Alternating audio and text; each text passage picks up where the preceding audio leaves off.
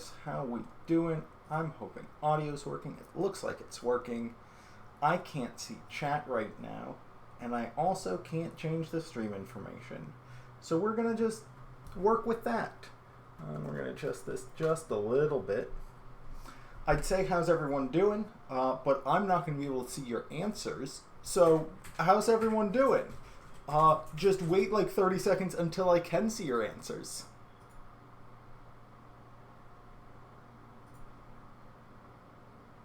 There we go. All right. See? No, we don't need questions today that cause gifts to be made. We're in a good, happy place today.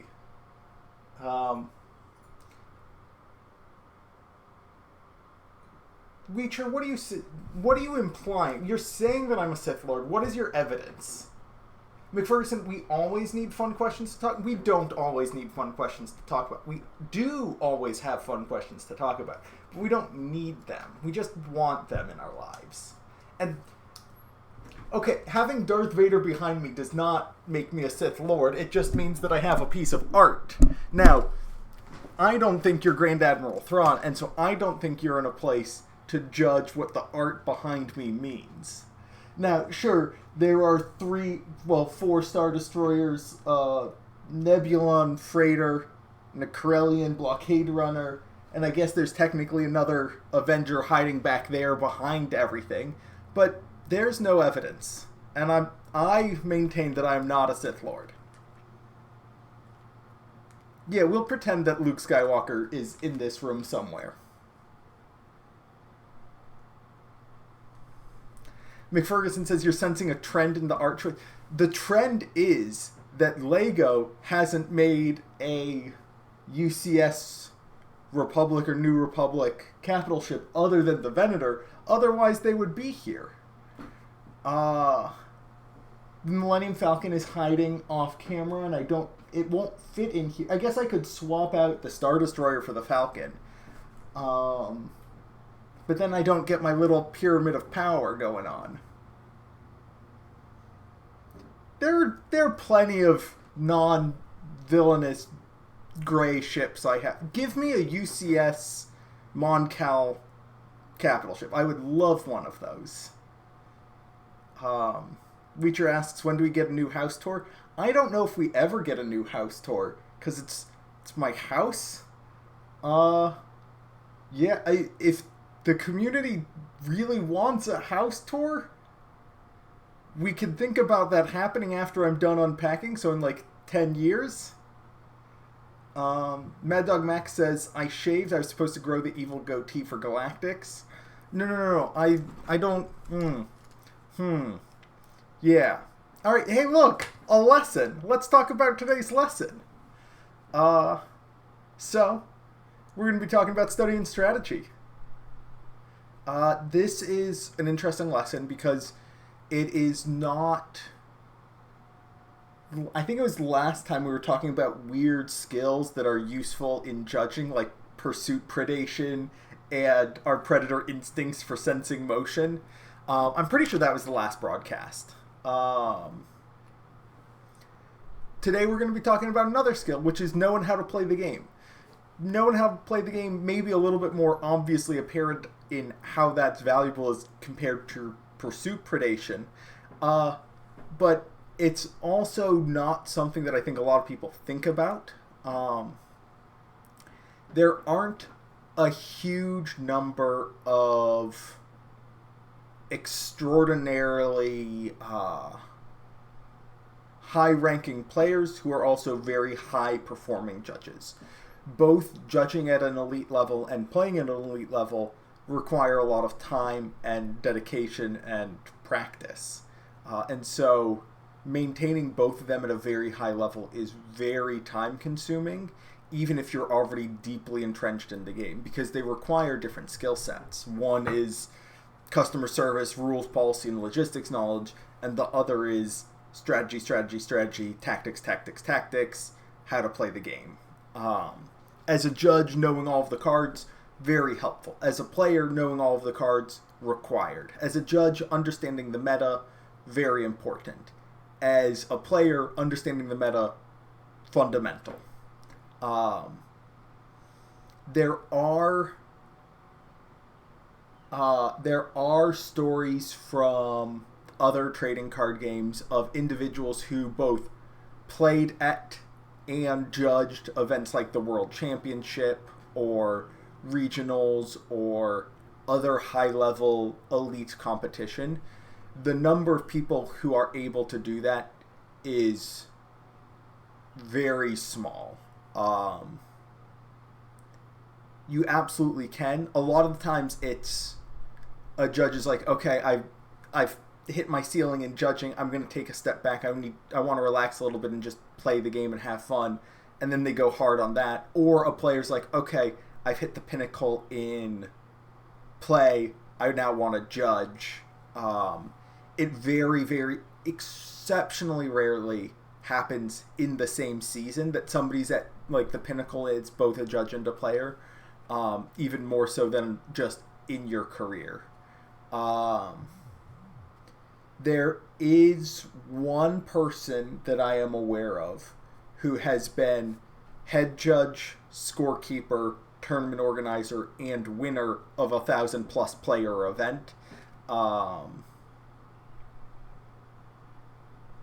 But there aren't a lot of people who are jack of all trades. Mad Dog Max asks, what time is the live roll announcements today?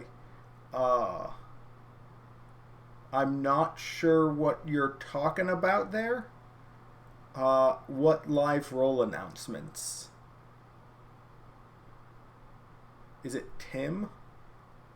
I don't think Tim has an announcement today. We're going to get clarification on that. But let's talk. Oh, no, the person who won something was a scorekeeper, head judge, and tournament organizer was Callie Anderson, who used to work for Star City Games and then moved to work for, and I think headed up the organized play department for Hearthstone at Blizzard Entertainment. And she was incredibly talented.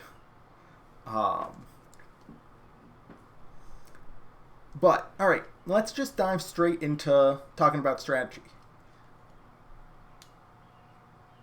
Wolfstrider562 says, would you say it's possible to have a good understanding of all positions for events? Yes. Yeah. It's possible to have a good understanding of all positions for events. It is difficult to have a mastery of all positions at events. I don't have mastery of all positions at events. There are some things that I do less than others. I don't do back of house. I don't do registration, scorekeeping, prize wall. I don't do broadcast production. I mean, I do a little bit of broadcast production for streams. Like, I've dipped my toes into everything. Like, I have been a scorekeeper. I have been a tournament organizer. I've done prize wall. I've done info desk. I've been behind the screen, behind the monitors, helping produce broadcasts. But I'm not a director for...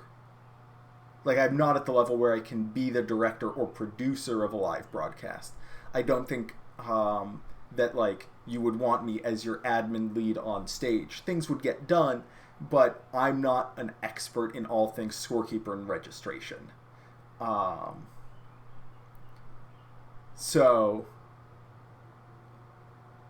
you can definitely get a fundamental understanding of what every role requires and what is expected of people in that role. Most tournament organizers have that level of knowledge and experience because they're staffing for all of those roles, and so they know what they need to expect from them. And so it is very achievable to have that understanding. To be great at every job is a much larger ask.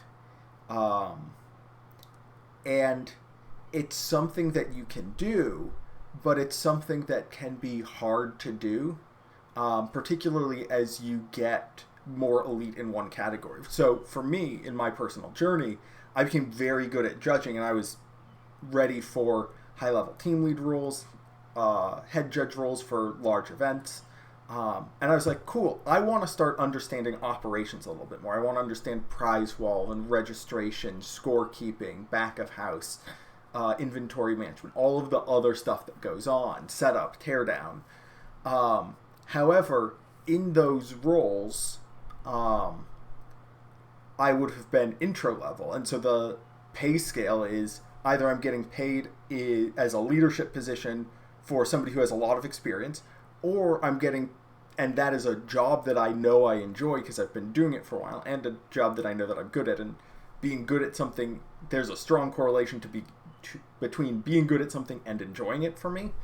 And stepping into ops roles, I would have been just a person who's doing prize wall for the first time.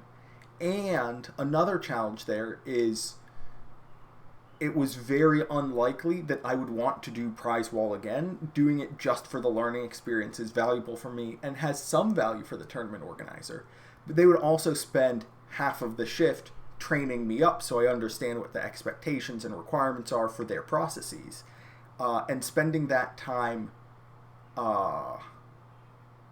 training me just for me to say, okay, I'm never doing this again, is a waste of their resources when they can train somebody who's going to say, okay, I'm going to be your go-to for scorekeeping or for prize wall or whatever it is. And so there was a value proposition that was lacking for both me and the tournament organizer for it to make sense for us. I had been talking with a large tournament organizer pre-pandemic about, for one weekend, put me as an intro scorekeeper, then the next day intro prize wall, and then the next day intro registration and teardown. Like, have me do every task that I've never done before, have me do it all in a single weekend so that I just, like, learn everything all at once, and that's perfect for me, right? Like, I don't have to go through 4 large events being either bored or figuring out that this doesn't work for me, or learning it and then being like, all right, I'm all set here. Having it all at once would have meant that I just get it and I'm like, cool, now that I'm in leadership positions on the judge side, I can interface more effectively with the op side because I've done those jobs and I know what to expect. So you can do it. It's just time consuming.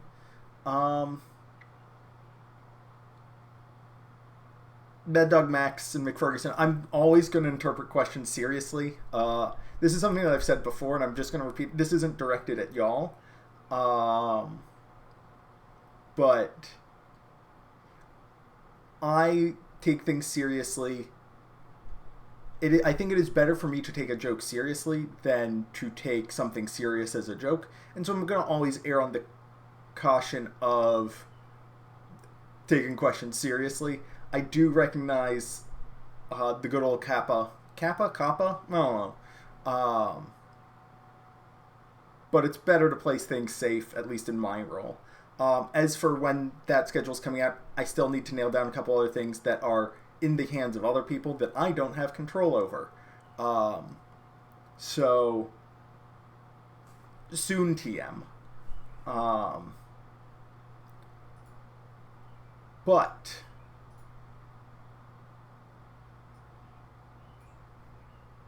let's keep on talking about strategy. So, part of what I'm going to be referring to today are articles written for another trading card game, namely Magic the Gathering. I generally strive to avoid comparisons to other trading card games because a lot of people don't have that experience with those games. Not everybody's coming from other trading card games. Most people aren't coming from Magic. I don't want to... Davi, it's never too late to distract me. We're barely starting this lesson, so yeah, hit me with whatever you got, and we'll go off on a tangent. But I wanted to take some very core articles that are the fundamental thought processes and way of analyzing games is still valid for pretty much every trading card game, pretty much every strategy game. These questions are reasonable. Like, reading over the strategy articles and creating this lesson, I was thinking of Age of Empires 2, which is a real-time strategy game. I was thinking of Dark Souls and other FromSoft games, and applying these questions of, like, who's the beatdown and who has inevitability. These questions apply to any game where it's essentially like a closed system with finite resources. And so while these articles were first applied to Magic, they do apply to, I know, Flesh and Blood and Lorcana and Star Wars Unlimited. And towards the end of the article, there are at least 2 people who have taken the original 1999 article, so a 26-year-old article, and rewritten it for Star Wars Unlimited. So there's a lot of valuable lessons in there, and it's the fundamental philosophies that matter. So, who's the beatdown is a question of... no, before we start talking about why who's the beatdown matters, let's talk about why understanding strategy as a judge matters. As a judge, when you are judging, particularly competitive tier events, which is what L2 is for, you're not going to be playing in those events. And so, why do you need to know what it takes to win?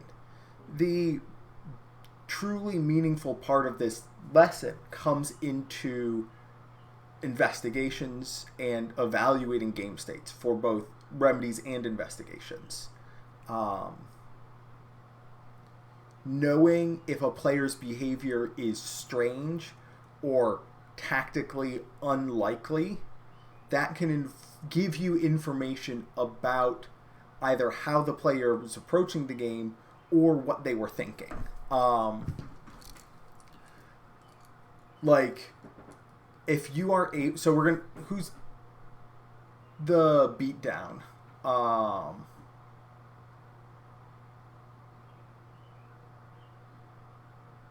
So who's the beatdown is a question of which player is the aggro player, which player is the control player, which player needs to be trying to deal damage to the base, which player needs to be controlling the board more.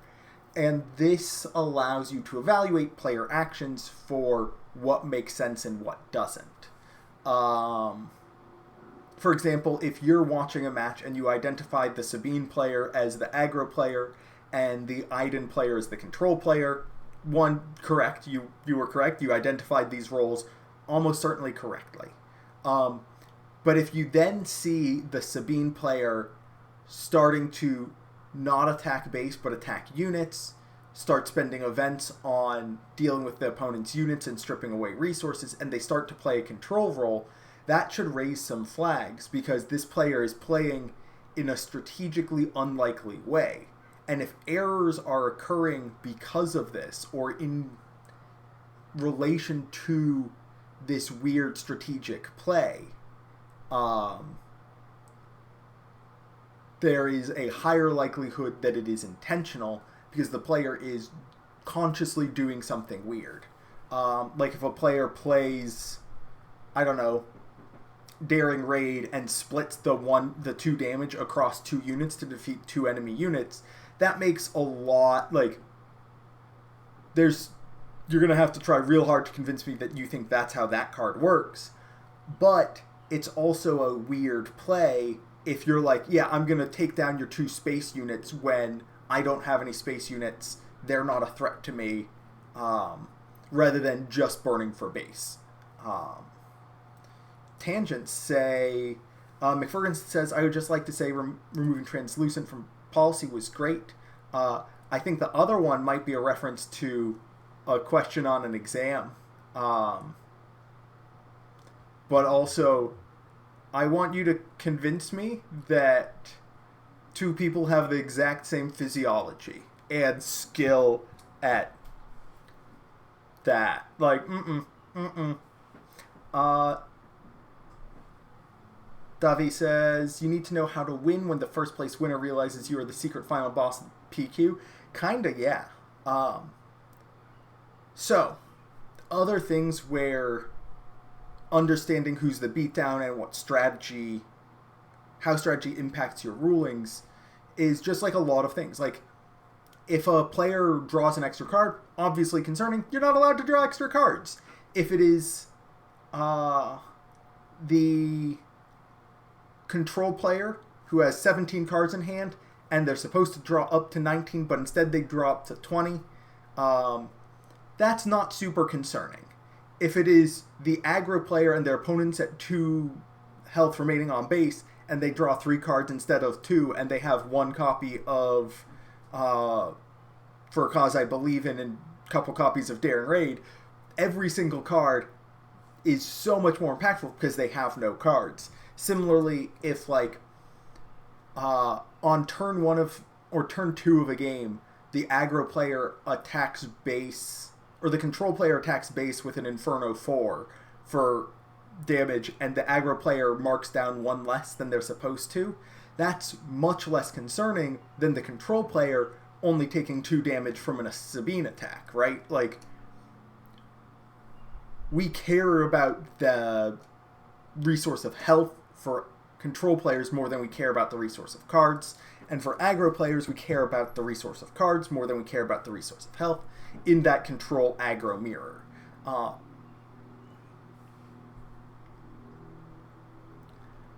So, how do you identify who's the beatdown? 1, look at archetypes, right? Like Iden, Kira, Krennic, Palpatine, control. Han, maybe Rey, Sabine, Asajj, Anakin-ish, aggro. And then you have like your Quinlins and Cads and various other mid-range decks squarely in between the 2 of them. And you get a general sense of aggro is generally going to be the more aggressive deck, be more inclined to the beatdown. Slower decks are more inclined to being slow and being the control deck. And understanding which is which, understanding which one needs to be the aggressor as the game changes. As mentioned in the lesson, if we're at a point where the aggro player is very low on HP, it might turn the control player into the beatdown role because their job is to race their opponent's removal. And so the person who cares about HP, the person who cares about cards, the person who cares about the number of resources you have in play, that might change throughout the course of the game, and it might entirely flip from the start of the game. Mad Dog Max says, I wonder how many issues of generating the Force appropriately we're going to run into. I think there will be a fair number. I think a lot of people are going to realize when they go to use the Force. And this is a place where tracking damage on pen and paper will be really helpful, because you'll be able to say, yeah, last round I did attack with whichever Jedi I have, Ki-Adi-Mundi, so I should have the Force. I've not done any of the things that use the Force since then, so I should have the Force. And having that evidence of attack with the explicit damage value being like, yep, you went from 24 to 19 remaining on base, clearly dealt 5, this is my 5 power Force unit, I attacked you for 5, I should have a Force token now that I'm going to spend now. And that is likely something that you're going to be able to resolve now. I think the vast majority of times players will be like, yep, you have it, not a problem. Some people will be a little bit finicky about it, but that is what our policy of resolve now or rewind if major strategic decisions were built around that. I think I probably, it doesn't hurt for folks to make an announcement saying that trigger is mandatory, and if your opponent's gaining the Force, remind them to generate the Force token, as that is something that does need to be done for game integrity.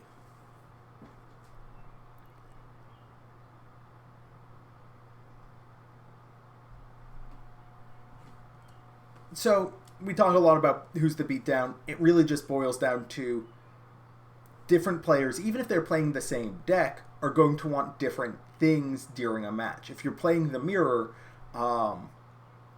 as, let's say it's the Sabine mirror, whoever goes first is probably going to be the aggressor, because if the other person just copies every play they make, they are going to lose because they'll deal lethal damage the action after the other player. And so they need to take the initiative away, both mechanically and metaphorically.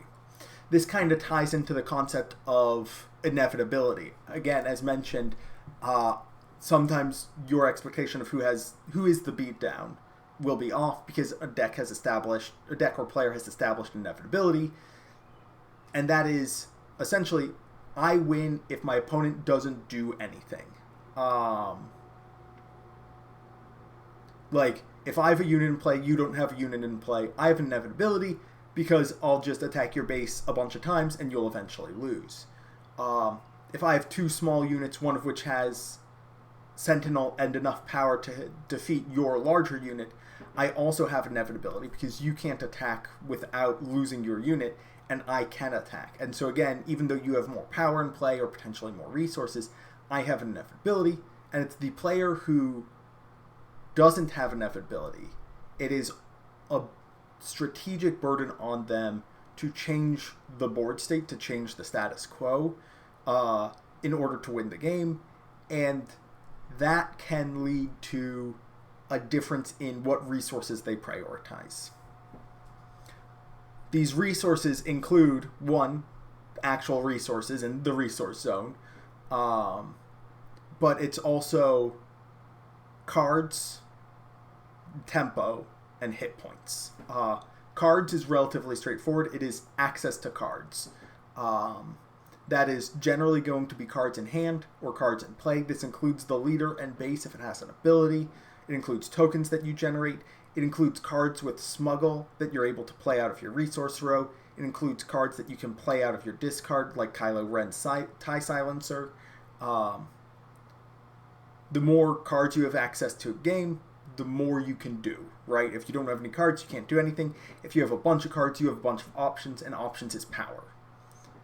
Tempo is a little bit harder to define, but it's relatively clear. The more actions you take, again, the more you're doing, and the easier it is to win. If I'm allowed to take 2 actions for every 1 action you take in a game of Star Wars Unlimited, I'm almost certainly going to win every single time. Like, I'm actually really curious. Like, yes, I'm limited on resources, but if I'm able to make 2 consecutive attacks and then you get 1 action, I'm going to be able to make a lot more favorable trades. I'm going to be able to set up the board state in a way that's very advantageous to me. And so having time, having actual more turns than your opponent is very valuable. Similarly, having more resources, which allows you to play more cards, gives you more actions, which lets you do more stuff. There's, of course, the cost of that, which is letting your opponent gain the initiative, and the initiative is another form of time. Going first is a form of time. If we're both at 2 HP remaining on base, we both have a daring raid in hand, whoever has the initiative is going to win.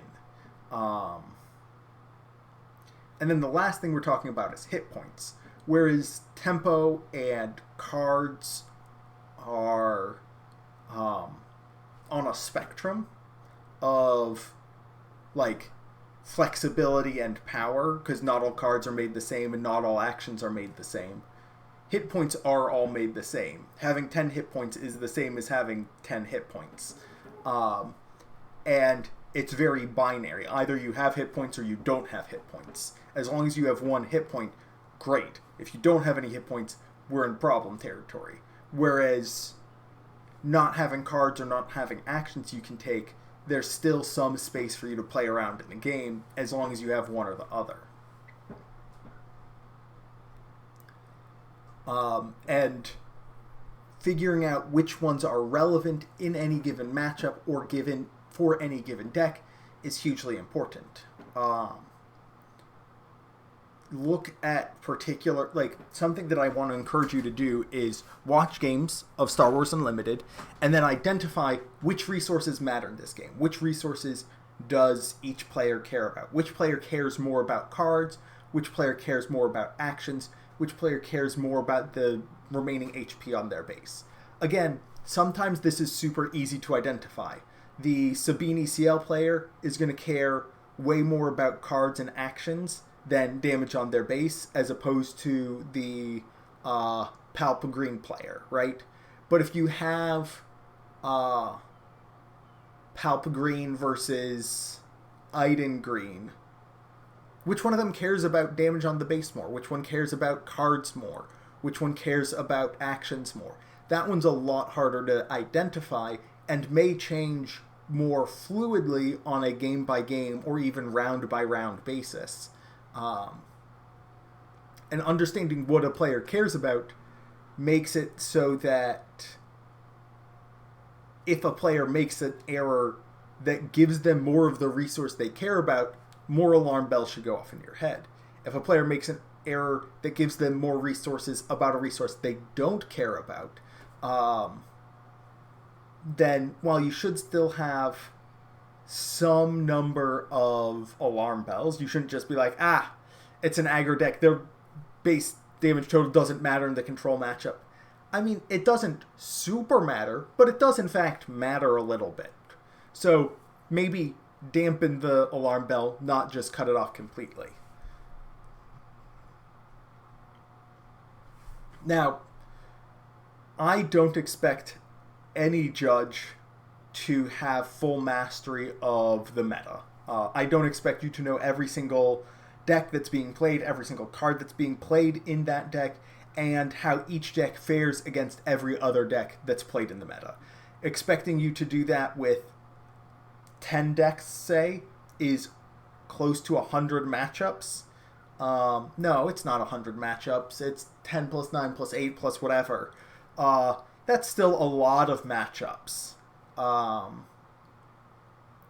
And expecting you to understand each of those is not reasonable, given that most players probably don't understand every matchup. In fact, I'm guessing, for example, our friends Dragon Jack and Wolfstrider 562, who are Palp Green fans, you understand Palp Green versus the field, but you don't understand nearly as well, for example, the Han 2 versus Sabine matchup, because you've never played it. I mean, maybe you have, but if you're just a mono Palp player, you probably haven't played that. You probably haven't played Cad versus Quinlan. And so while you might know Palp Green versus Quinlan, Palp Green versus Cad, Palp Green versus Han 2 versus Sabine versus Iden versus Ray versus Kira, while you may understand a huge number of matchups, you don't understand the matchups that you don't play. And I'm not going to expect judges to understand strategy more than players. That is an unreasonable expectation. So, you need an expert who understands the strategy and what matters in a match. Ask the players. Don't ask them in front of each other. Don't be like, hey, what cards are you worried that your opponent might play? Let me check to see if their hand has them and let you... Don't do that. But if you're able to separate them, be like, hey, what's your game plan against this deck? If it's, for example, Kira versus Palp. Like, both of them want cards. But asking, what's your general strategy for this game? Is your game plan attrition? Do you think you have to aggro them out? Is it, I need to get units into play on turns 6, 7, and 8 while they're only able to play one removal event that can deal with those, and I'm able to deploy 2 units, and so I can get pressure in there, and then just hope to close things out? Or is it, I wait until they start deploying stuff on turns 8, 9, 10, and I just remove those and go over them? I'm the better control deck. You need to understand... Wolfstrider 562 says how many counterspells you have in your deck. I'm pretty sure we don't have the word counterspell in the lesson. I did adapt this from a lesson talking about magic, but I got rid of the word counterspell. But yeah, understanding like which player has more removal, which player has like if we're talking about which player has more mill, for example. If you're playing a mirror control match that generally goes to decking out, the player who plays 3 vigilance is main instead of the player who plays 1, that player's probably going to be like, great, I want this game to go long, whereas the other player's like, I can't let this game go long because I am less likely to win because I'm going to draw my 1 vigilance hit them for 6, and then they're going to hit me for 18 and I'm going to lose. And so talking to them, being like, what is your strategy for this game? What do you think your opponent's strategy is for this game? What resources matter to you? Are you worried about your base health? Are you worried about cards in hand? What resource do you want the most of, right? This gives you a foundation to understand what's important for the game, and then evaluate whether your fix is appropriate, or whether you believe the player committed this error intentionally, whether the risk is worth the reward. You can, in addition to asking questions, look at what's in play, see which player has more units, which player has inevitability. If you see a super laser blast in hand, you can be like, this player isn't really worried about their opponent having inevitability, they're just going to be able to clear it out and move on from there. Understanding, this player's at a very low base health total and they're not running a whole lot of healing, so they need to turn into a more aggressive deck because they need to close out the game before their opponent can stick anything for a round or two. But if you want to know more on this, there are people who talk about this much, much more eloquently than I do.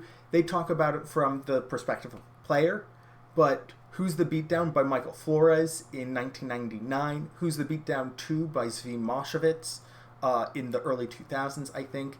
The Core Resources by Paulo Vitor Dama da Rosa in like the 20-teens, I think, are all articles about Magic the Gathering, but really they're about trading card game or closed system strategy.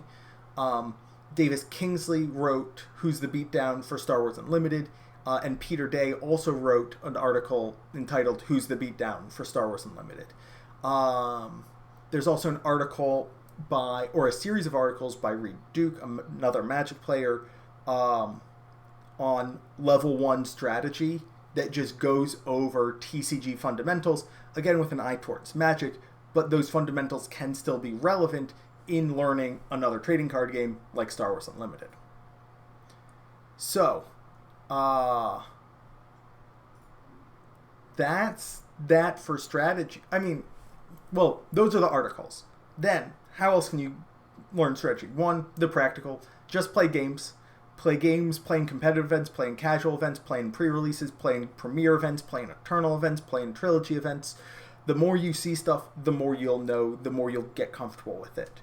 Knowing that Surprise Strike is a card in a limited format is very different than having played in that limited format and dying to Surprise Strike. One of them, you know. The other one, you have lived and will never forget. If you're not able to play regularly, if you don't have like a local scene, I think my closest scene now that I've moved is like 40 minutes away. I'm going to try and get one started up locally, but it's hard to build a scene when nobody plays, especially after a year. But hey, I have connections. I think I might be able to make it work. Watching other people play, either watching streams, watching recorded content on YouTube and other platforms, that lets you get a lot of value. Watching deck techs where somebody explains the deck, even if, like, particularly watching deck techs on real janky decks where they're like, okay, here are some of the least played cards ever, but here's how this deck wins. That helps you develop the skill of looking at a deck list and figuring out what the game plan is. Because we know, like, if I showed you a Sabine ECL deck list, you'd be like, yes, I know the game plan of this deck.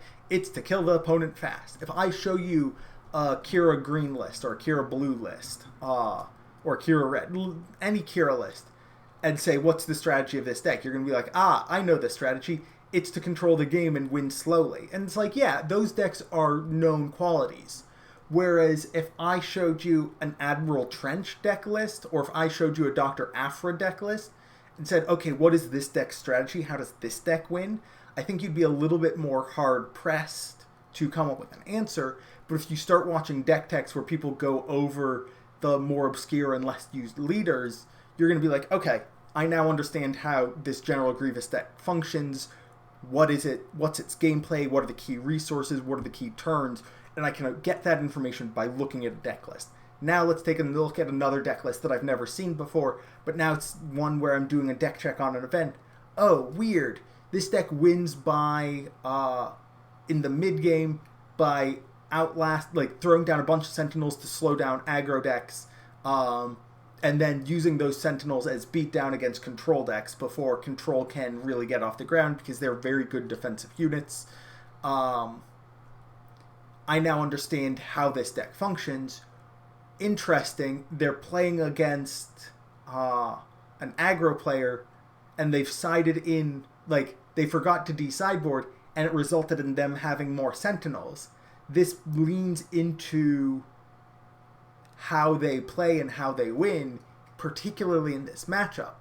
If they had sided in additional units against the control player, I wouldn't have been worried, because that's not, they don't want these units. These are 1/4 Sentinels, great against aggro, terrible against control.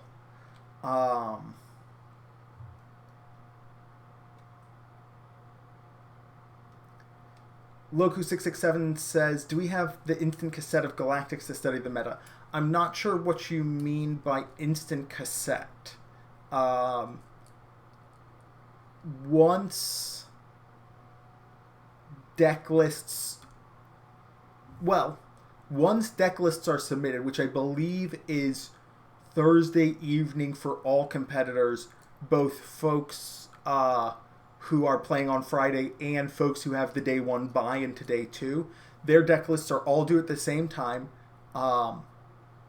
Those deck lists are not made public.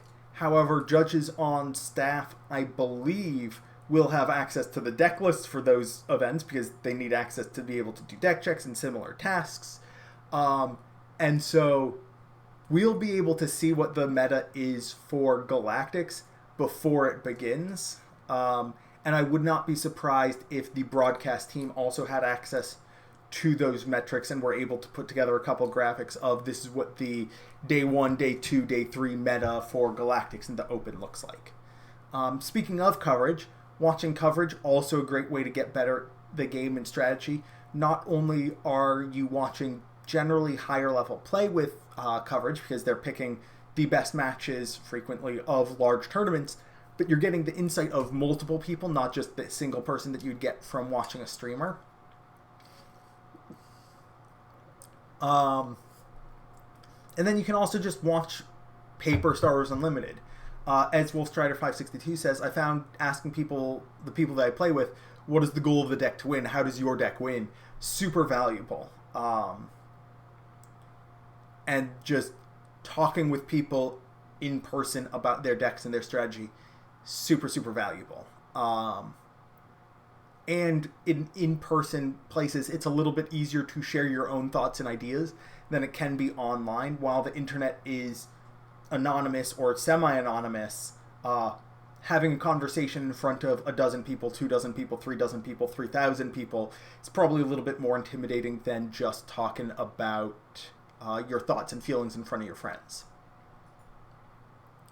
So that wraps us up on studying strategy. Let's move to, unless anybody has questions, I'm just going to start burning through the Legends of the Force rules and policy updates. I'm not going to be diving too deep on these because they're mostly covered in the pre-existing lessons. If y'all have any questions, throw them in the chat and I'll see if I can get to them. If I've answered them before because you started off a broadcast with them with 12 pages of question, I'm not going to answer them again. I say this because we're going to get to Rey real fast. So, Legend of the Force rules updates. We have a couple new rules under power and HP. A couple of them account for size matters not. Size matters not. It says that it changes the unit's printed power HP. It means more along the lines of base HP and base power, where you do calculations based off that value as opposed to the printed value. It overrides the printed value. It doesn't actually change the printed attribute, so it doesn't get you around the uniqueness rule. I don't have an answer, but I am guessing. If I had to guess, if you asked me and you didn't, but I'm going to guess anyways, if you clone something that has size matters not on it, you don't account for the size matters not. You look at the genuine printed characteristics. Um, I think the word printed is the wrong word to use on size matters not. I think the word base is probably better. Davi asks, I understand if you can't answer this, but I'll ask, of the work you did with FFG after RQ Minneapolis, when will we see the result of that work? Set 6 is the target for that. My hope is to really churn stuff out after Galactics and after the level 2 exam is out, because right now I'm focusing on updating level 1 and getting Galactics out, and before this was updating Apprentice and getting Legends of the Force out and level 2. After when Galactics is done, so in a week and a half, I will have level 2 off my plate. I'll have Legend of the Force updates off my plate. I'll have Galactics off my plate. I'll have Apprentice and level 1 updates off my plate. My plate will be so much clearer, and I'll be able to really focus on providing more solid feedback and suggestions to FFG. We are striving to get those drafts in time for the approvals process for Secrets of Power, so set 6. Can't make any guarantees on that.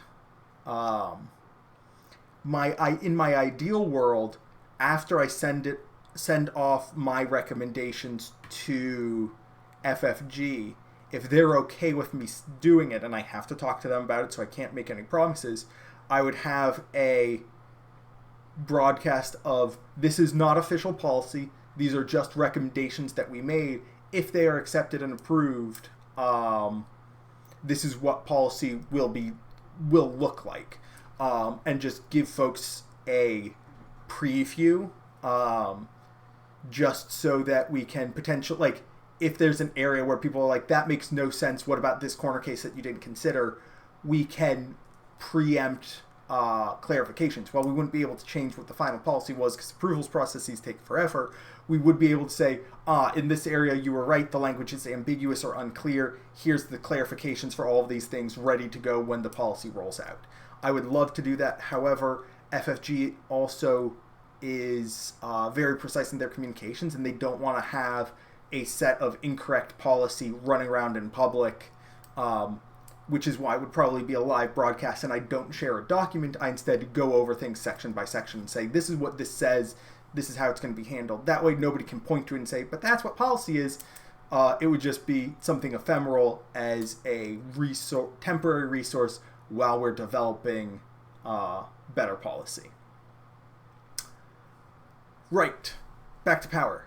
There's a section that says, if an effect like Supreme Leader Snoke in the Seat of Power looks for a unit with the most power, any unit that is tied for the most is an eligible target. Similarly, anything that says, I don't think it says with the least, or refers to other values. I don't think it even includes HP. I think it just says power. This is a trend you'll notice with the rules for Star Wars Unlimited. They only cover, or they generally cover cards that exist and don't cover cards that could exist. So having something that has the highest cost, lowest power, highest HP, lowest HP, anything like that, or most and least number of aspects, none of those, they could obviously very easily exist within the rules. They would be very intuitive given that we have this rule. However, they don't exist in the rules. And so we don't need to worry about that. Our good friend Ray with Palpatine's Power presents us with a new rule. If you're going to be triggering a card off of drawing that card needs to be revealed before it touches the other cards in your hand to essentially prove that you are drawing it at the time that you're saying that you draw it. If you just add it into your hand immediately and you don't reveal it, you don't get to resolve that trigger. We also have clarification on Kazuto Ziono.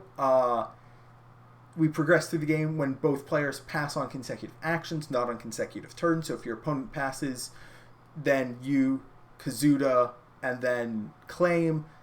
While you have passed on consecutive turns, you have not passed on consecutive actions.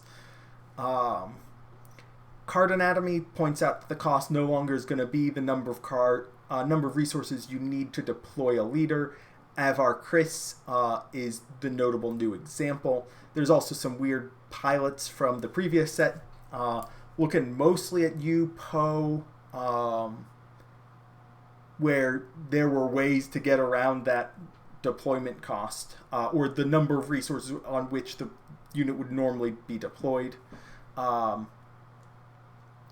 We also have some language regarding visual reminders, such as split text box of pilots or the watermark of force units. It doesn't have real gameplay meaning. It just is identifiers and signifiers to make life a little bit easier. Under card types, we have clarifications that are formalization of previously expressed rules and clarifications for pilots. It all really just boils down to pilots can only be played or moved onto units that meet their attachment restrictions, and the restrictions of when a upgrade is played stay with that upgrade as long as it remains that copy of that card. We also get some language regarding tokens to make space for force tokens, which have a subtype but no traits. So if you have something that says you may defeat a force card you control, or while you control a force card, the force token has subtype, not trait, of force, and therefore doesn't qualify for those. You also can't have the force more than once. You can't just be holding a bunch of the force. You only get to hold one force. Section 7, Abilities and Effects. They just clarified again that there are a handful of abilities that can be used for soft passing, essentially things that have a limited number of uses, even if their activation resolution don't otherwise change the game state, are considered to have changed the game state. This was previously explicit for epic actions, so you could, for example, Security Center? Gosh, I can't remember the name of the blue one from Spark Rebellion. ECL, obviously, Tarkentown. Use those with no legal target, because using it changes the game state. Mystic Monastery from Legends of the Force has a per game limit. Magna Guard Wing Leader has a per round limit. You wouldn't be able to activate Mystic Monastery. You could activate Mystic Monastery if you controlled the Force, as long as you still had a use left. Security Complex, thank you, McFerguson. Magna Guard Wing Leader, you can activate it even if you have no droids to attack with. There's also explicit language that says that keywords resolve like, but are not shorthand for other abilities. Bounties are not when defeated abilities. Ambush and shielded are not when played abilities. And while there isn't language that says that Saboteur and Restore are not on attack abilities, I am confident that when we have something that cares about re-triggering on attack abilities, like Qui-Gon's Aether Sprite or Thrawn, we will have language for Saboteur and Restore saying that they are not granted the rank of on attack.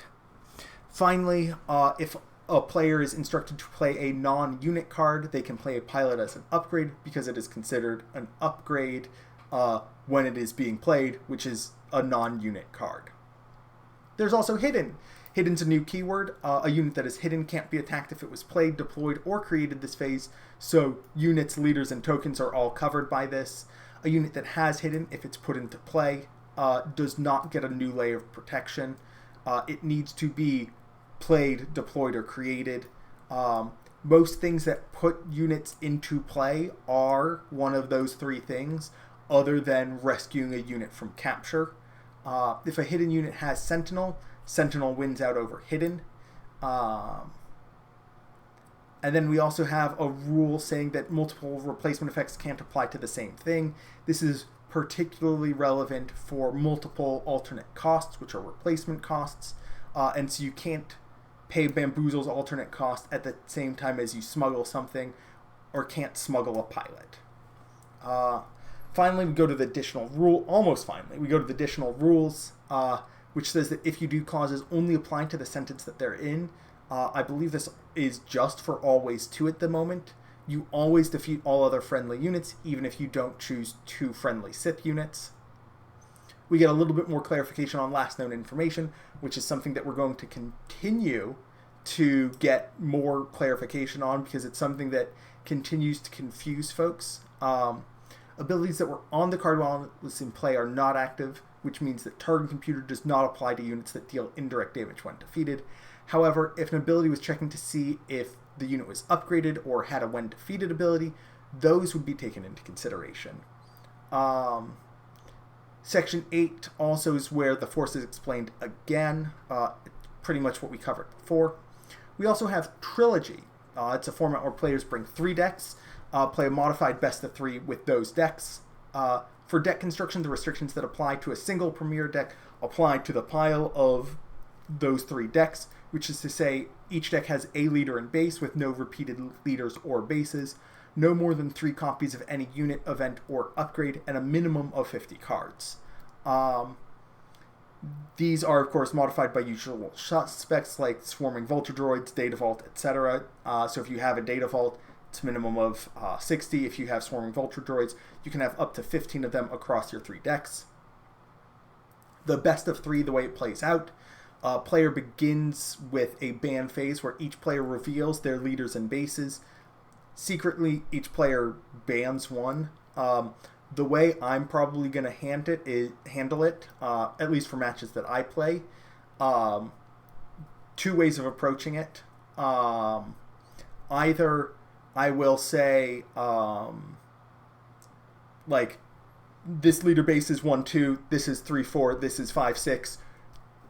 Pick a number with a die, hide it with your hand, we reveal simultaneously. Or, here are my 3 leaders, shuffle them under the table, pick one, put the other 2 off to the side, reveal the leader when it's time, like we go 3, 2, 1, leader.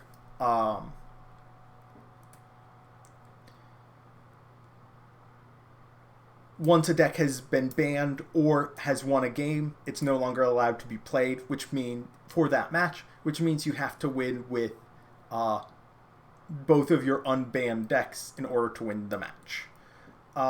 Also, at the very end in Limited, there's a quick clarification that may be one of the most important for this set, particularly for pre-releases and any limited play.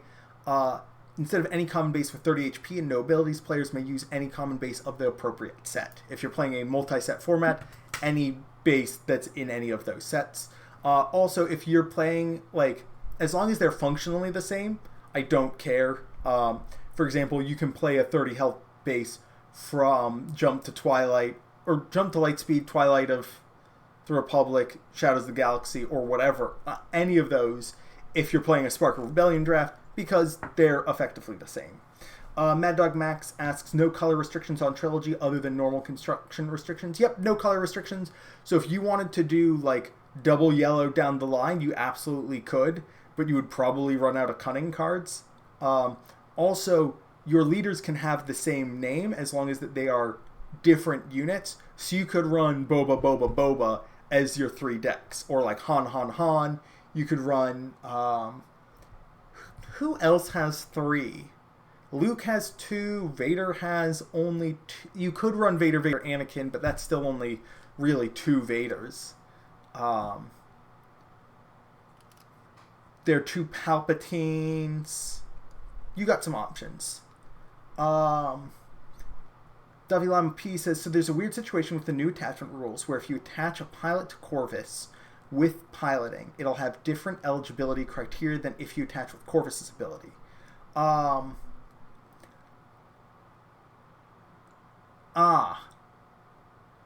Yes. So if you move a pilot to Corvus with Corvus's ability, it will have, I believe, both Corvus's restriction and the piloting restriction. Whereas if you just play a pilot onto Corvus, it'll just have... what does Corvus's restriction even say? We're curious. Corvus. Attach a friendly pilot unit or upgrade to this unit.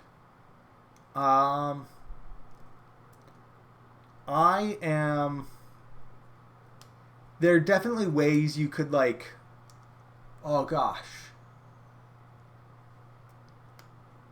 You can play pilots onto enemy units, because that's what, what's-his-name, the Cunning Pilot is for.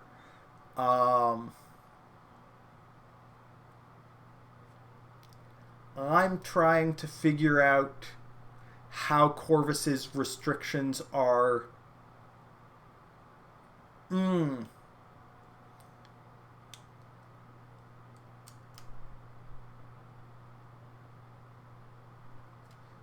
Yeah.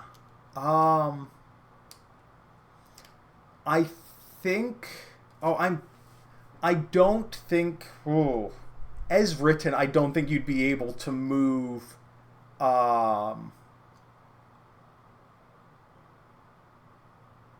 A pilot off of Corvus with something like evidence of the crime, because it would not meet the requirement of this unit.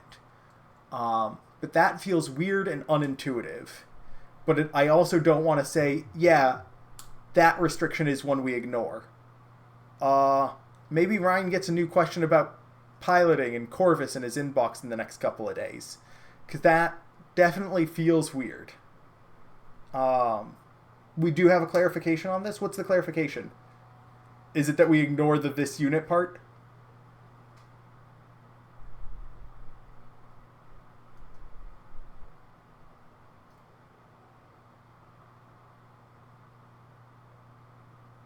McFerguson, be faster.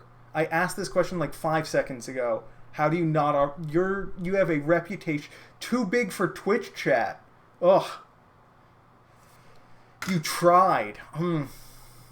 Alright, we're going to resources. Clarifications. 500 character limit. Alright. I'm just going to search Corvus on this page because... Oh, scenario 4. Oh, good. We love scenario 4.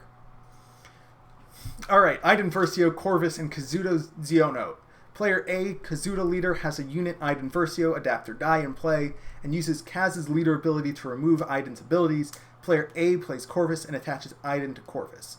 Corvus does not get a shield token, but what are the upgrade attachment restrictions created at this point? Corvus Inferno Squadron Raider has one play. You may attach a friendly pilot unit or upgrade to this unit. Does this mean the restrictions on Iden as an upgrade is must attach to this unit and thus can't be moved? Or does Kazuto's blanking of Iden result in a blank upgrade that only grants stat modifiers with no restrictions on where it can be moved?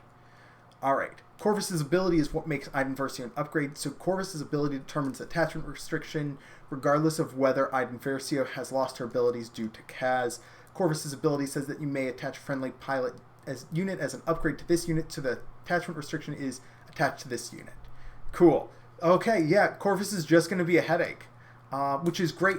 As a tangent, my D&D character's name is Corvus, and I named him Corvus long before this card existed. So, he is a headache. I'm just prescient in some small ways. Now, I want to address Mad Dog Max's comment from earlier, someone derailed before he finishes on time. You might be celebrating because it's 3 minutes after the hour and I'm not done yet. But oh boy, I am very not done. Because we have policy to talk about. There's a whole 2 more documents that I haven't talked about today. So there was no world where I was making an hour. Plus, I just got thrown tangent off to the side. Gentle Giant 303 says, what kind of character? Corvus is a neutral evil, I want to say. Hexblade Paladin, Oath of Vengeance. 3 levels in Warlock, 5 levels in Paladin right now.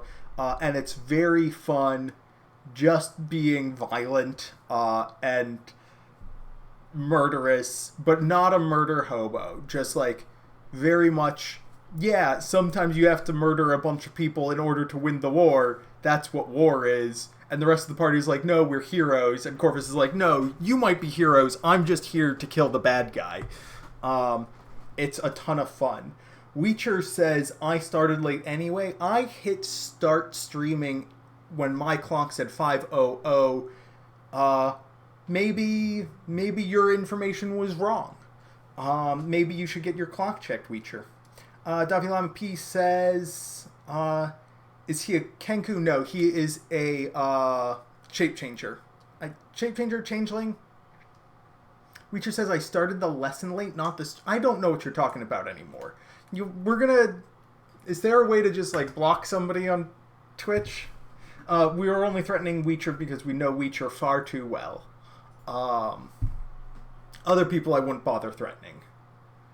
Loku667 says, how old are you two? Like, I'm pretty sure combined age under 10. I know I'm this many. I don't know how old Weecher is. Probably like 4, maybe 6.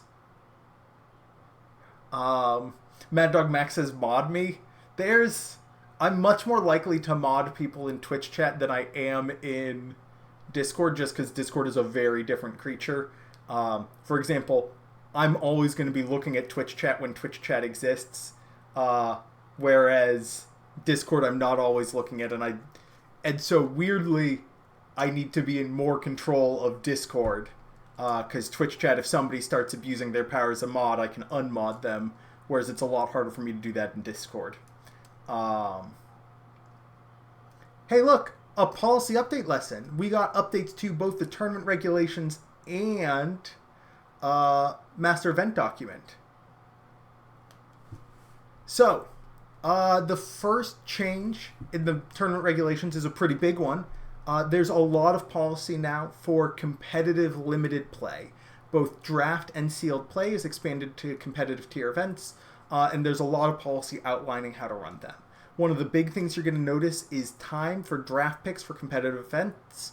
Don't call a draft unless you have 2 or more pods, period. If you have a single top 8 draft for a competitive, like you had a competitive sealed event that turned into a top 8 draft, don't call that draft. If you have a casual draft, don't call that draft. If you have 17 casual drafts, don't call that drafts.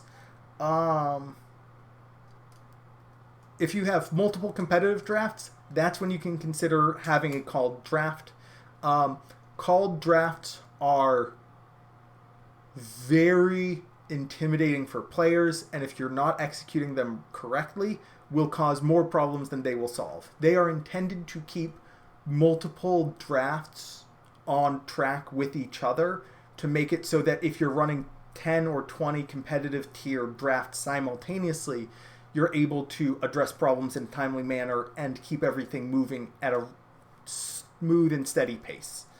Gentle Giant 303 says, we have official card red sheets. We don't have them yet. My understanding, this is hearsay and not promise.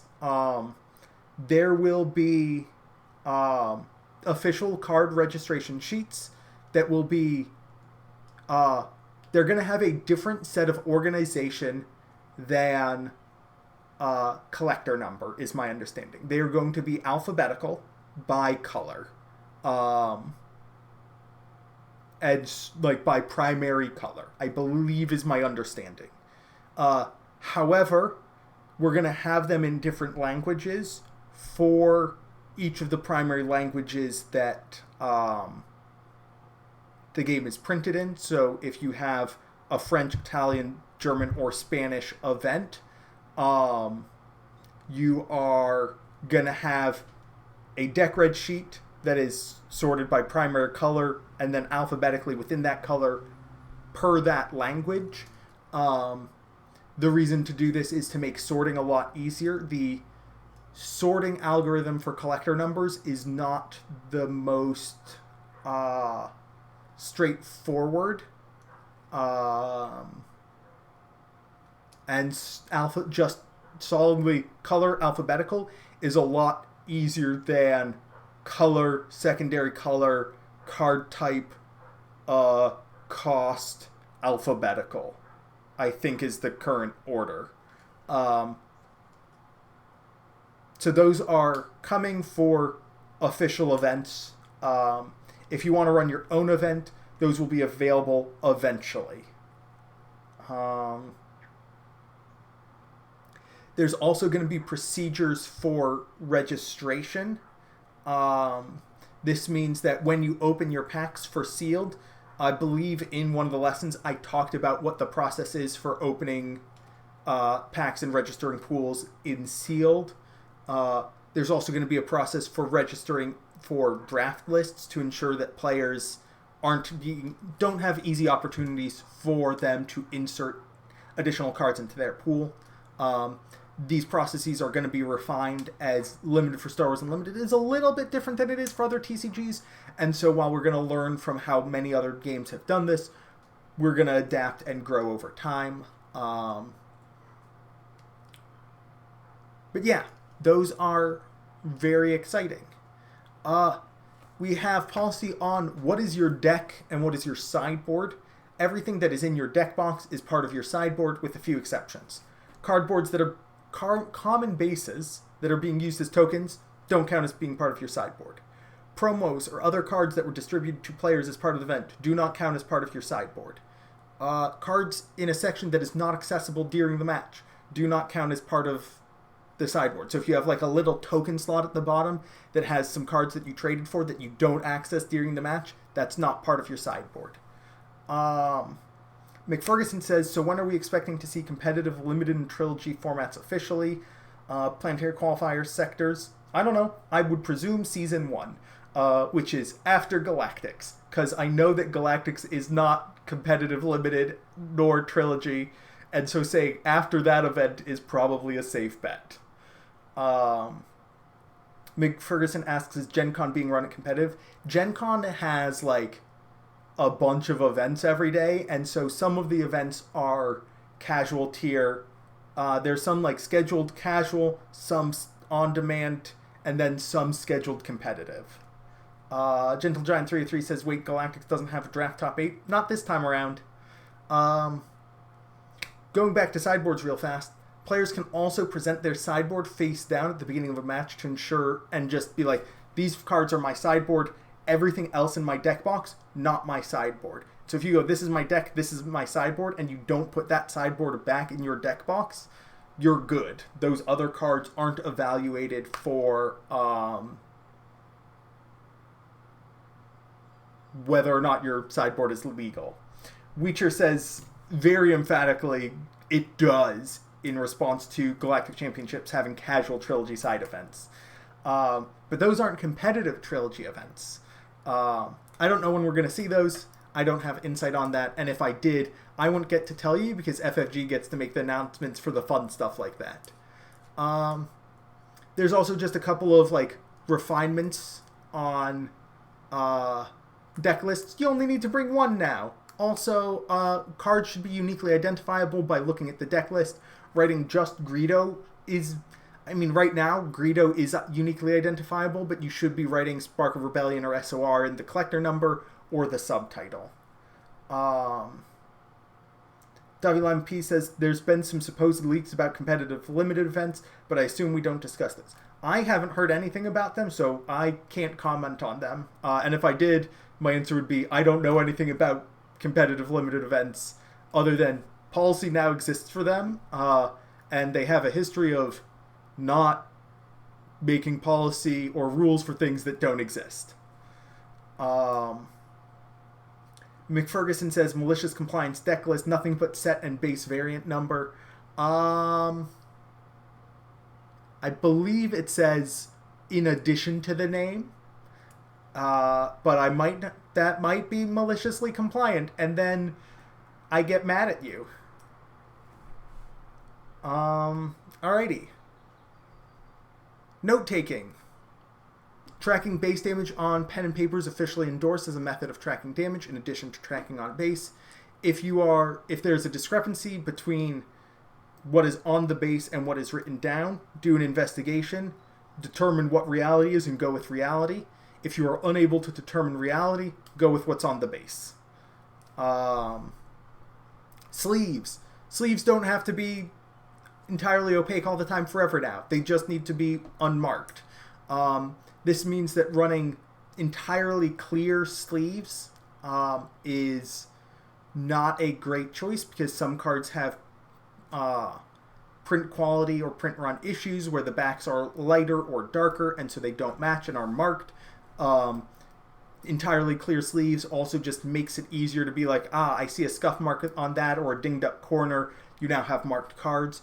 Whereas even like a yellow sleeve where you can read Star Wars Unlimited through the sleeve is enough to obscure those very light markings of scratches and dirt and scuff marks. And you're not going to get a penalty for marked cards for having yellow or red sleeves. Similarly, in a similar boat of this was a rule that people kind of ignored because they didn't like it in a lot of places. The specific methods of randomly determining which player goes first, instead of explaining exactly what dice you could use and how to determine whether or not a die was rolled fairly or not, or how to flip a coin and what a coin was, it just says players agree upon a random method. It just needs to be random method, so it can't be something that is skill testing. So you can't, for example, play a game of Star Wars Unlimited to determine which player goes first in a game of Star Wars Unlimited, because it is not purely random. And both players need to agree to it. Doing something like odds, evens, or high roll, very frequently going to be what you get.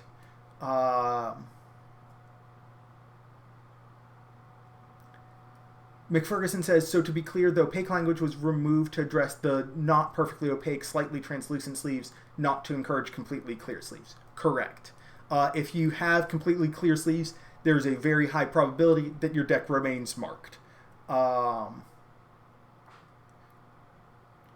This is Robo Joe said, I just bought a bunch of new opaque sleeves to avoid this issue. You want a refund. I have good news for you. Your sleeves are going to get worn and marked, and so you're going to need to replace them.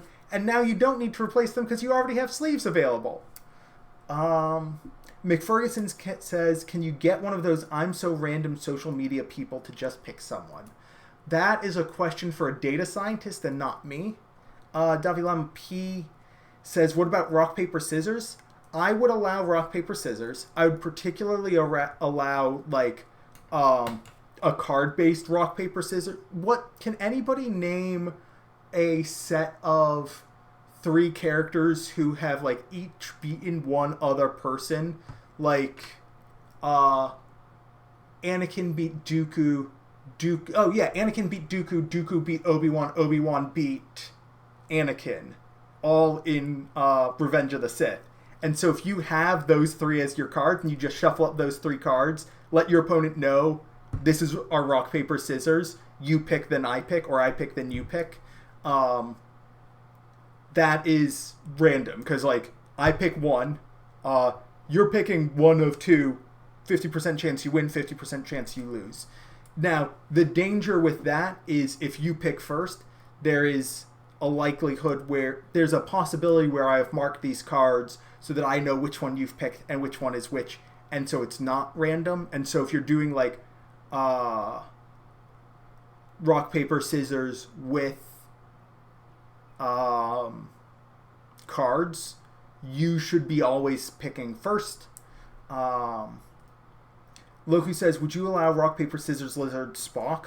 I think that's as random. I think, like, when you pick something, it's 50-50.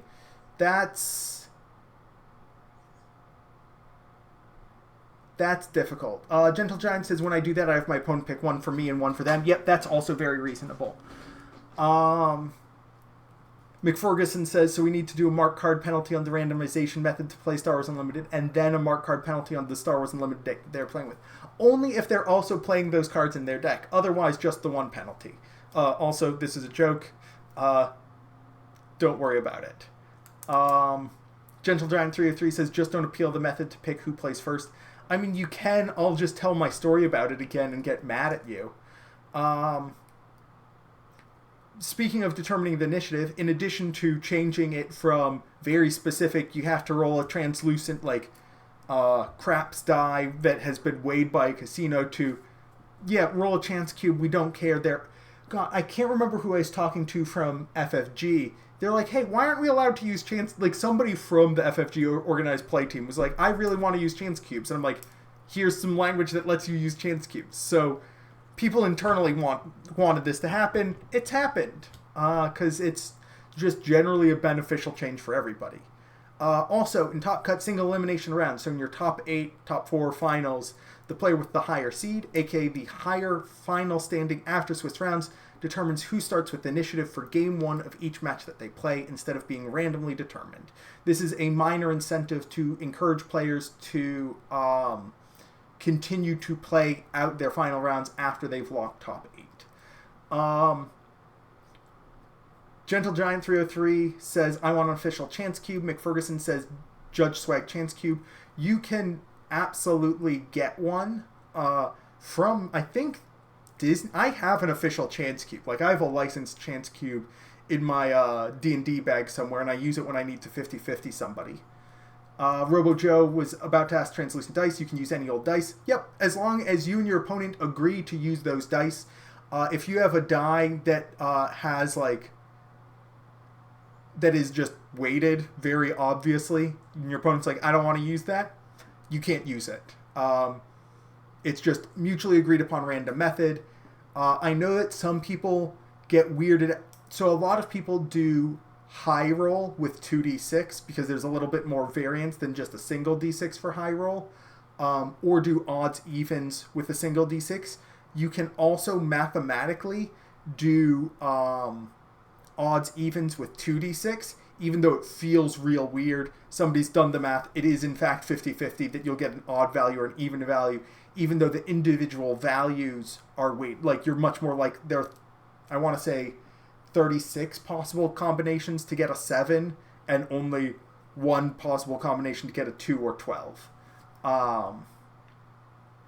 But yeah, usually just to have the same dice used for both players, or like, frankly, odds evens is the, like, rolling a d6 odds evens is just the best way to do it, because even if it is weighted to land on odds more or weighted to land on evens more, your opponent is picking at random.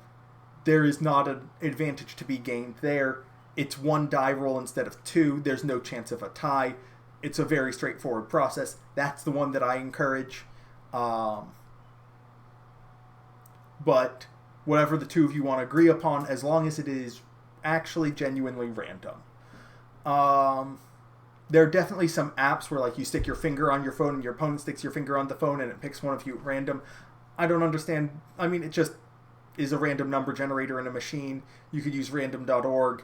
There are lots of things you could do.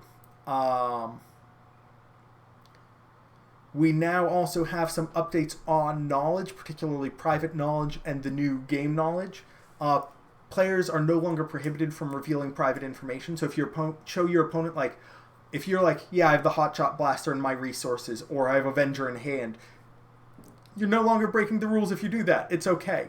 You're not allowed to reveal information you don't have access to. You can't be like, hey, opponent, is the top card of my deck an Avenger? Not allowed to do that unless you're looking at it and you're like, oh, hey, I just played an Inferno 4, or my Inferno 4 is defeated. I see that I have an Avenger. Opponent, I'm going to be drawing an Avenger this turn. Just saying, since you're dead on board to an Avenger, you can just concede now and save us all some time. However, you're not allowed to reveal a lot of information about draft. You're not allowed to, like, reveal your picks. Picks are private information. And so there's some information about what constitutes private information in the context of a draft. We also have this new category of game information and game knowledge, which was discussed, I want to say, in one of the lessons. I'm pretty sure I discussed it in one of the turn regulation lessons before this document existed, which is players are entitled to information about the rules. This includes attributes of cards. You can ask about a card that's not in play, or for a judge, or you can ask your opponent, and if they answer, they have to answer honestly. They must answer honestly, or to the best of their ability, good faith effort, about rules, policy, and cards. They're not allowed to lie or bluff about these cards. If they don't know, they should call for a judge, and a judge can answer. That's something that we cover a little bit in the master event document real fast. Deck checks has been expanded a little bit more on timing. The deck checks lesson for level 2 is in line with these changes and clarifications. Judge proxies has just a little bit more revision and clarification. Again, formalization of a clarification.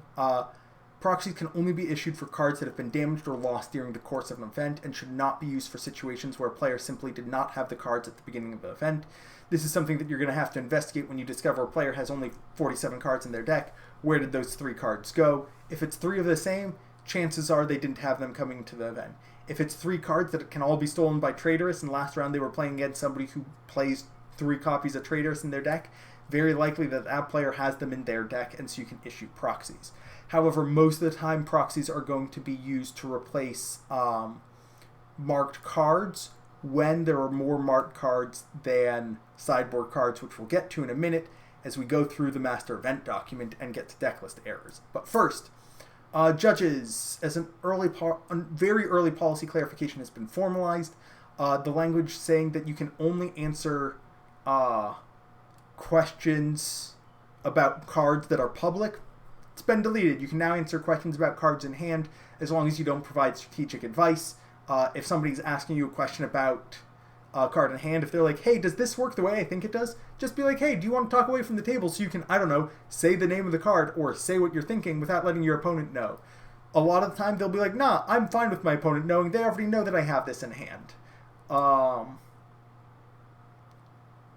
McFerguson says you can be SWODB for players or advise on how mechanics function. Yep, absolutely.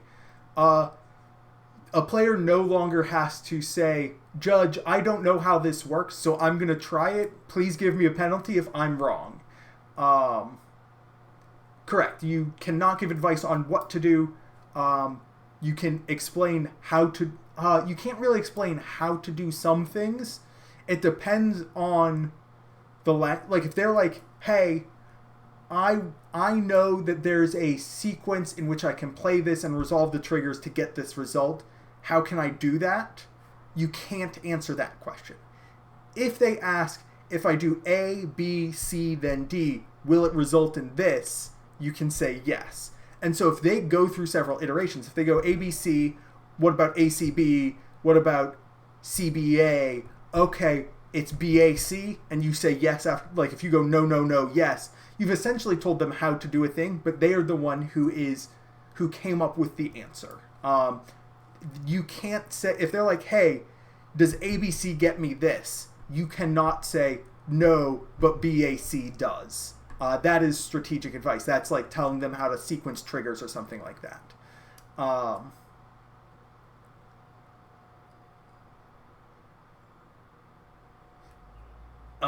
Gentle Giant says you can always ask what they're confused about. Yep. If somebody's question is vague, you can always ask, like if you think that they're trying to ask one thing, but they are saying something other than the thing that you think they are asking about it, there is a miscommunication already occurring because you think that they are saying something different than what they're saying. Those are 2 different realities. And bringing those 2 realities together is something you can do. Just saying, Loku says my go-to phrase is, what do you want to do and what do you expect to happen from it? Great language. I usually start with a little bit less complex of what are you trying to do or what do you want to have happen. Either one of those 2 questions rather than both, and that gets us to where we're trying to end up. Sometimes they do want to know, can I play Vanquish even though my opponent doesn't have any units? And I do. And they do just want to know, can I Vanquish my own unit? And they just worded the question weird. Other times what they actually want to know is, can I play Vanquish and pick no targets even though I have legal targets under my control?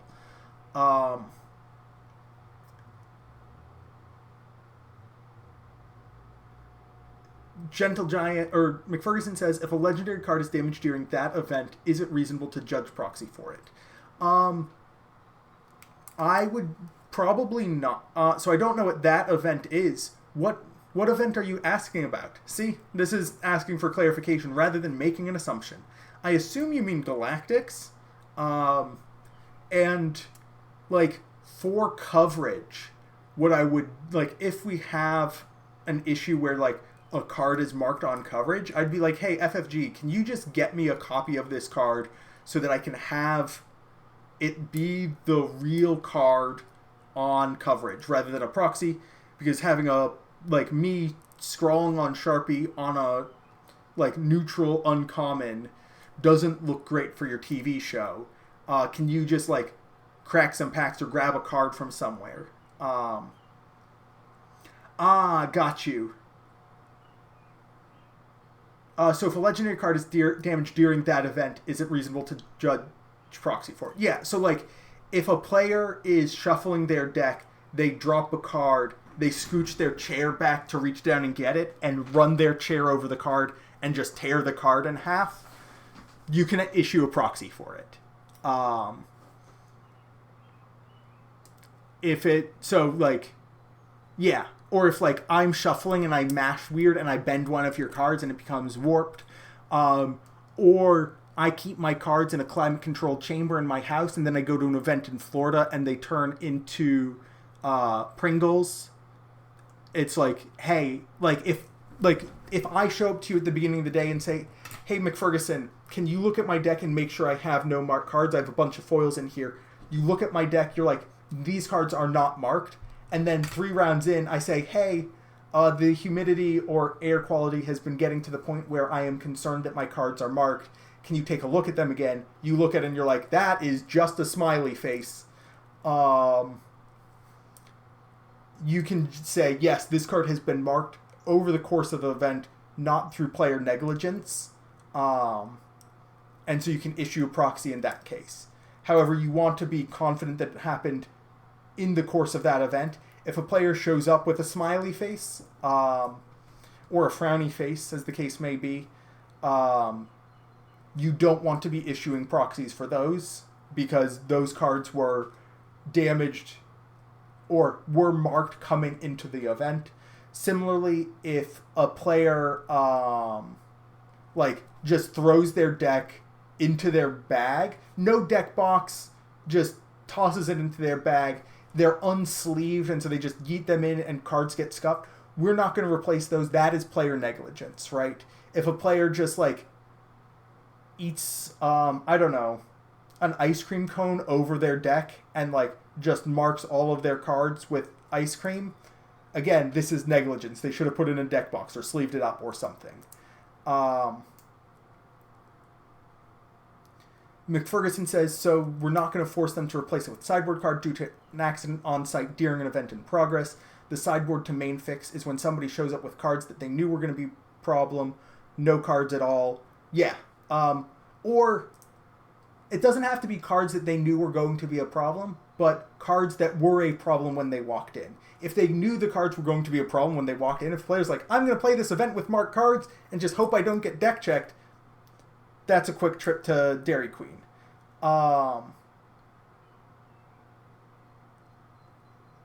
If it's, I'm going to play these cards, they seem fine to me, and the judge is like, these are marked, those cards will get replaced with sideboard cards. McFerguson says, I heard a different TCG has a policy more like, I have a $1,000 card that is damaged, it can't be replaced. It is automatically shown to a judge for proxying at the start of the event. Thoughts on pros and cons there. Define it can't be replaced, because if it has a market value, it sure can be replaced. It is your responsibility to bring legal and playable cards to the event as a player. Part of the economics of trading card games is that you have to be playing with authentic cards that are playable. If you don't have to own the cards to play in events, the economy of and business model, and this not financial, this is just my understanding of things, not official.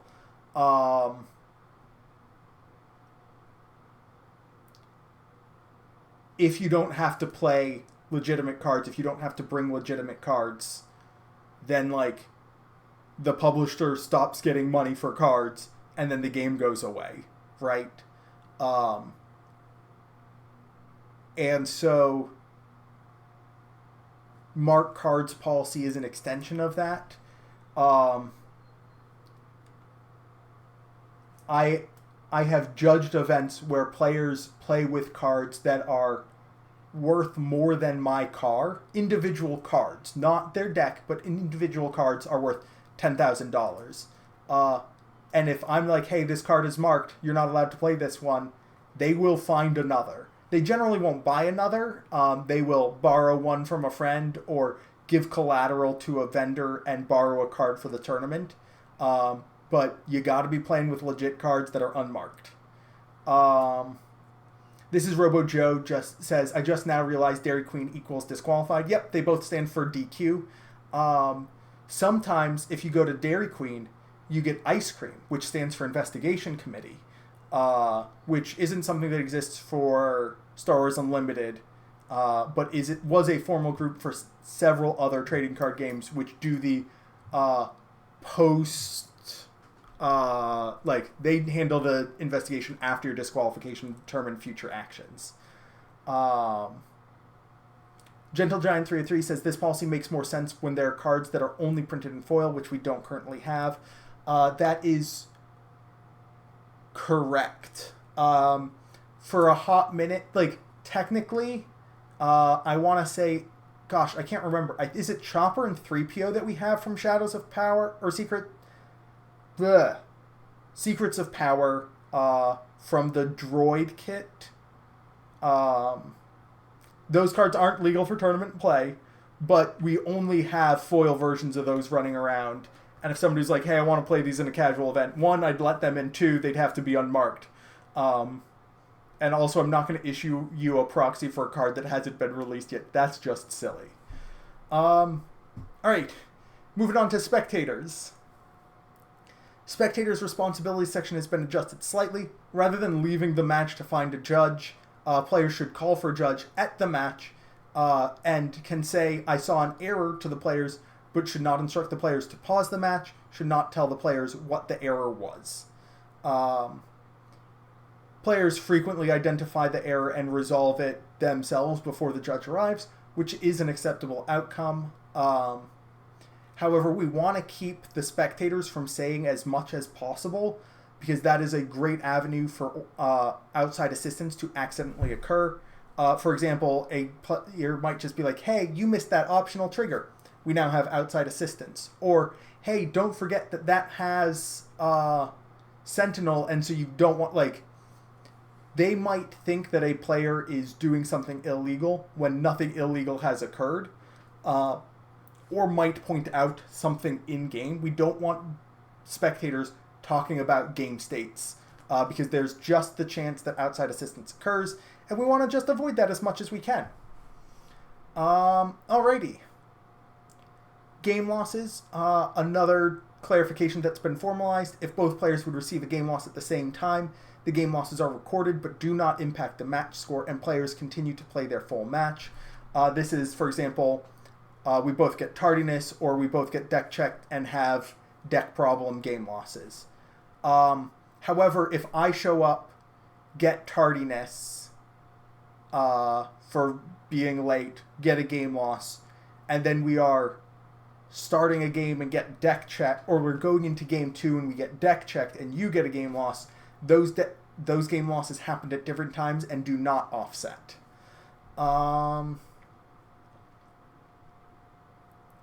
Card manipulation error. The whole section is blue. None of the words in the section changed. We just moved it from tournament error to gameplay disruption because it is a gameplay disruption, not a tournament disruption. Decklist errors. We discussed this a lot. We now have a remedy for when a player does not have enough cards in their deck. The deck list needs to be legal. If they do not have enough cards in their deck, we take cards at random from their sideboard and put them into their deck. This is most frequently going to happen when a player actually doesn't have a deck list problem, but in fact has a marked cards issue, and it's like, hey, these 7 cards, can't play with them. So we're going to take 7 cards at random from your sideboard, put them into your deck. That's going to be your deck until you find replacements. As you find replacements, you can choose which of the sideboard cards to remove, and we'll update your deck list with the new random cards added, and then each time you find replacements, we'll update the deck list. This allows you to continue playing the tournament because you have a 50-card deck with cards that you intended to play on the day. You don't get to be like, oh, actually, you know what? I'll add some Battlefield Marines. Those seem good today. You don't get to add cards outside of the 60 or 70 that you registered, or 55, depending, right? Depending on your sideboard and base. But there is a pretty strong incentive to find replacements. If we just issued you a proxy, you'd be like, great, I'm going to keep on playing with this by making your deck almost generally strictly worse by just putting random sideboard cards in. You're going to be incentivized to replace those cards. Other games have the policy of putting in basic resources, so basic energy from Pokemon, cracked baubles and Flesh and Blood, basic lands in Magic the Gathering. I would love if we had effectively resource tokens to be like any cards that we don't have can only be played as resources. They have no cost. They're utterly useless. Then you're very deeply incentivized to find replacements as fast as you can. And if you have more than 10 cards that need to be replaced, again, likely in the scenario where you're like, I'm playing foil cards I own, half of my deck is foil, half of my deck is marked, I need 25 replacements, you now have a massive incentive. Like, playing with 25 resource tokens in your deck instead of cards almost certainly means you're going to lose. It does make your resourcing decisions very easy, but it does deeply, deeply incentivize you to fix the problem. Whereas a proxy, you're just like, this is the same exact game piece, I don't need to find a replacement. And we want people to be playing with authentic cards, as we discussed earlier. Finally, we get to outside, or minor unsporting conduct with some revisions for outside assistance. Instead of being just penalty points, players who actively seek or spectators who actively distribute information should receive a game loss, as opposed to a severe penalty and 4 penalty points. If the spectator is between matches, which is frequently the case, the game loss is applied to their next match. This is even if they're playing in another tournament. So if I come over from like the side events and make a comment on the Galactic Championship, I'm going to get a game loss in my side event. If a player receives information without prompting, they should get a tracking penalty, no penalty points. But if a player keeps on accidentally getting told information without asking for it, we want to know if there's that pattern. Similarly, if a player violates electronic device policy, but does not access strategic information, we should just give them a tracking penalty and just be like, hey, you're not supposed to do that. If you do it again, you'll get a game loss. Please don't, like, if you need to take a call for a judge and be like, hey, this is my wife calling, this is my kid calling, this is my boss calling, I need to take this call. That is an okay thing to do. Calling for a judge means that like they can give you exceptions to the no electronic device policy. But if you just like check your phone for like a text from your buddy being like, hey, where are you? Do you want me to get you a convention center hot dog for $25 and 2 mortgage payments? We're going to give you a tracking penalty the first time you do it. If you look at your phone and it says, hey, your opponent's playing Iden Green, you need to watch out for overwhelming barrage and vigilance, that's a problem.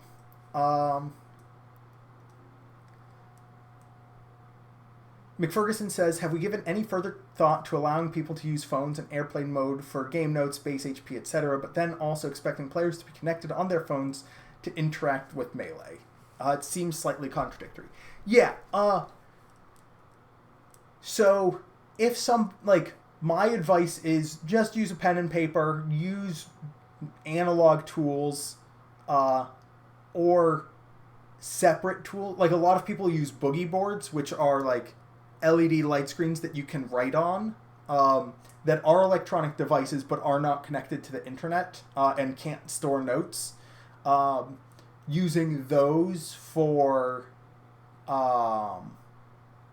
various tools.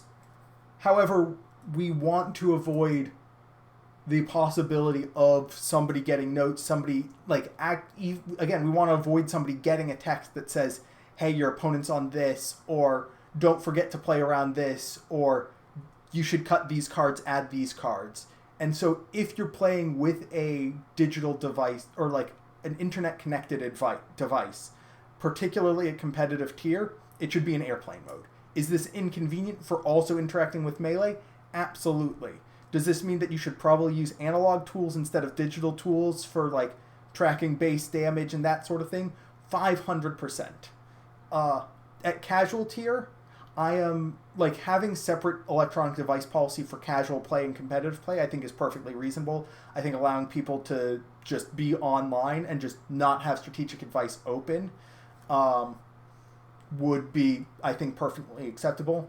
McFerguson says, personally, I would have preferred that policy was no phone apps, period. The challenge with that is that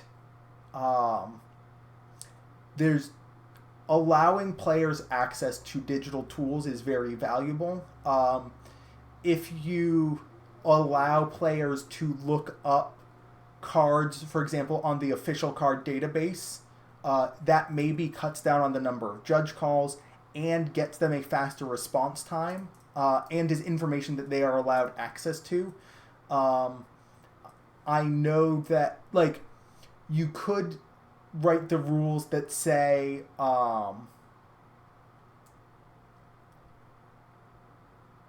you could have the rules say as long as you don't access any networked apps. So, like, as long as you don't access your texting or like Google Drive, that's fine. If you access like your internal notes app or your photos app, that's okay. If you access like it's really hard to write good encompassing digital policy because there are some things that we are fine and actually want players to access, like Melee, like card databases, and we're fine with like stuff like base health trackers, epic action trackers, that sort of thing. But there's also so much stuff on the internet that we don't want to allow people to access, like strategy guides, sideboard guides, messages from friends, etc., etc. And writing good encompassing digital device policy is very difficult. We're also at a point where like Bluetooth technology and wearable technology is getting pretty insane. I don't know if you've seen, like, smart glasses now are pretty functional and don't look significantly different than normal glasses. Like, I don't think you're able to get playback on smart glasses yet, so you can't have like a video stream from your buddy watching your opponent's hand on your glasses, but you can get like conducted audio through your glasses, and so you're not wearing any earbuds, you're just wearing glasses, and of course we're going to allow people to wear glasses, but you can be getting audio that's connected to a Bluetooth device that your friend is piping information into. And so how do you mitigate people doing stuff like that, or getting like I know that there was a scandal in, I want to say it was chess or poker, where a high level player was receiving generic strategic advice from a teammate through like just a Bluetooth connected, like something the size of like an M&M that just like vibrated in their pocket, like one buzz for yes, two buzzes for no. And that's not something that policy really accounts for, and it's not something that we're equipped to police. And so, I mean, if you look at the broader landscape, laws and regulations haven't kept up with technology. The fact that trading card games also haven't kept up with technology isn't terribly surprising. And so I wouldn't be surprised to see revisions to electronic device policy. I know that a lot of head judges of large tournaments do allow players to wear un-earbud during play if they're like, hey, I get very overwhelmed by loud noises, these crowds. Having like classical music playing in my ear, or having whatever music that I like to listen to playing in my ear, or like soothing sounds, means that I can focus and play. That's something that is reasonable and acceptable. Are we ensuring, like, am I checking to see if that earbud or AirPod is connected to that player's phone, and what audio is that phone playing? No, absolutely not, because it's not reasonable to do that. Or it's like, it's just a huge invasion of privacy to be like, hey, I'm going to be listening in on your earbud. So, all that to say, electronic device policy is going to continue to evolve. with that, we've concluded rules, we've concluded policy, we've covered studying strategy. On Thursday, we're going to have feedback. On Monday, we're going to have writing reviews. And then possibly on next Thursday when I'm at Galactics, I might do a bonus lesson on how to write a good endorsement. But that should be the end of the level 2 lessons. We're pretty much at the end of the game here. If anybody has any questions, comments, concerns before this broadcast ends, now's the time. You have 10 minutes to ask them before I go double overtime. But other than that, I'm going to give you folks a little bit to throw anything you have at me.